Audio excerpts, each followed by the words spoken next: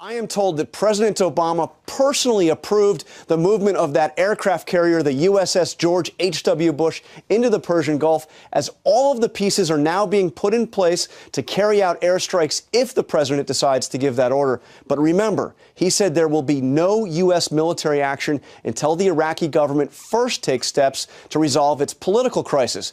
As one senior White House official tells me this weekend, there is no indication that that is happening. But what options will the president consider?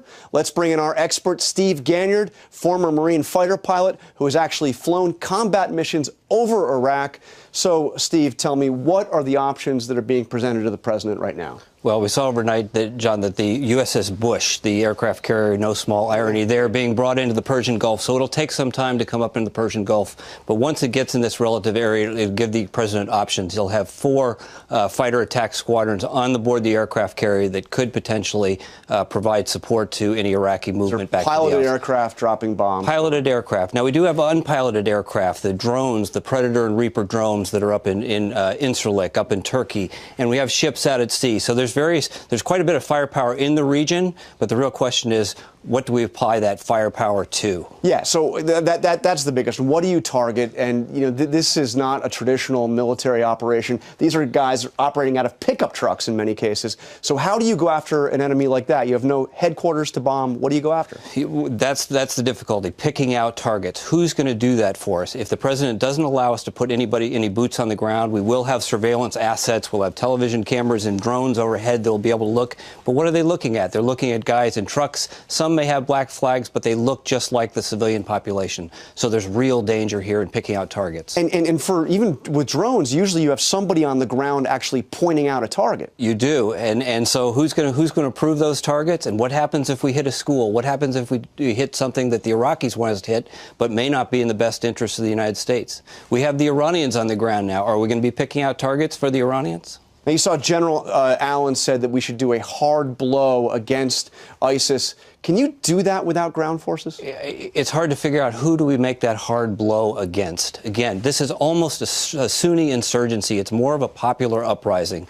When we saw ISIS come down out of Syria, they came through areas that were sympathetic to their cause. So this is really more of an Iraqi Sunni blowback against the Maliki government rather than some determined enemy coming out of Syria. And just quickly, do you think the president will be looking at possibly hitting targets inside of Syria as well, given that, as you point out, this is where ISIS comes from? The president has been having to play a game in Syria and a chess game in Iraq. I don't think that he's going to want to conflate the two. I think that he'll probably try to keep everything that we do within Iraq and continue to stay out of the Syrian conflict. All right, Steve Ganyard, thank you very much.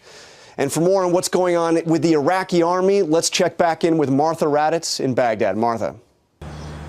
Thanks, John. Joining us now is General Peter Chiarelli, an ABC contributor who spent 2 years here on the ground in Iraq. I was with him during much of that deployment, some of it the worst fighting of the war. Thanks for joining us, General Chiarelli. I want to ask you first whether you believe the jihadists will move into Baghdad.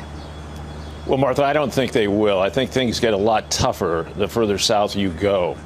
And I think that's why you haven't seen any initial movement right now. It's always a possibility, but it will definitely get tougher if they tried to move into Baghdad. A lot of people I've talked to here seem to think it's a possibility they could be regrouping. But even if they don't, what has to happen in the rest of the country? Can they ever get back Mosul? Can they ever get back Fallujah? What do you see the future of this country? Well, I don't see it without some kind of inclusion of the Sunnis into the government.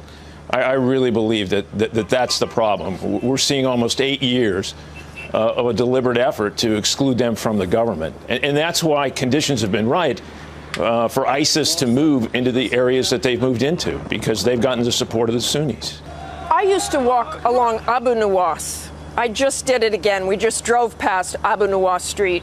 I walked there with you once, and you had such a vision for this place. I think I remember saying you were the general with rose-colored blast glasses. What really happened here? Well, you know, Abu Nuwas was a symbol. It was a symbol of the Iraqis that many of us who wanted to work together. And it was a place in Baghdad where they had gone, and they had lived together. They had coexisted together. But that all seems to have unraveled. And it's been unraveling for the last 8 years. But what about the Iraqi security forces? Billions and billions of dollars on those Iraqi security forces. They take off their uniforms and run. Martha, there's no doubt that we trained a very good force. The question we should all be asking ourselves is, why did they drop down their weapons and run? And I would argue it is because that those forces in the north, probably with Sunnis, Sunni-dominated, felt that they would not get the support of their government. That's the critical question here. There's no doubt they have the equipment. There's no doubt they have the training. The problem is they have no trust in their government. Can I ask you just quickly, General Chiarelli, do you think Americans should be concerned about this? I definitely do. This is an organization, ISIS, has taken, they have an opportunity here. They've taken advantage of that opportunity. And I think we should really be concerned. I read someplace yesterday where they're the richest terrorist group in the world after what they were able to seize in Mosul. So I am concerned, and I think all Americans should be concerned. Thanks so much, General Chiarelli.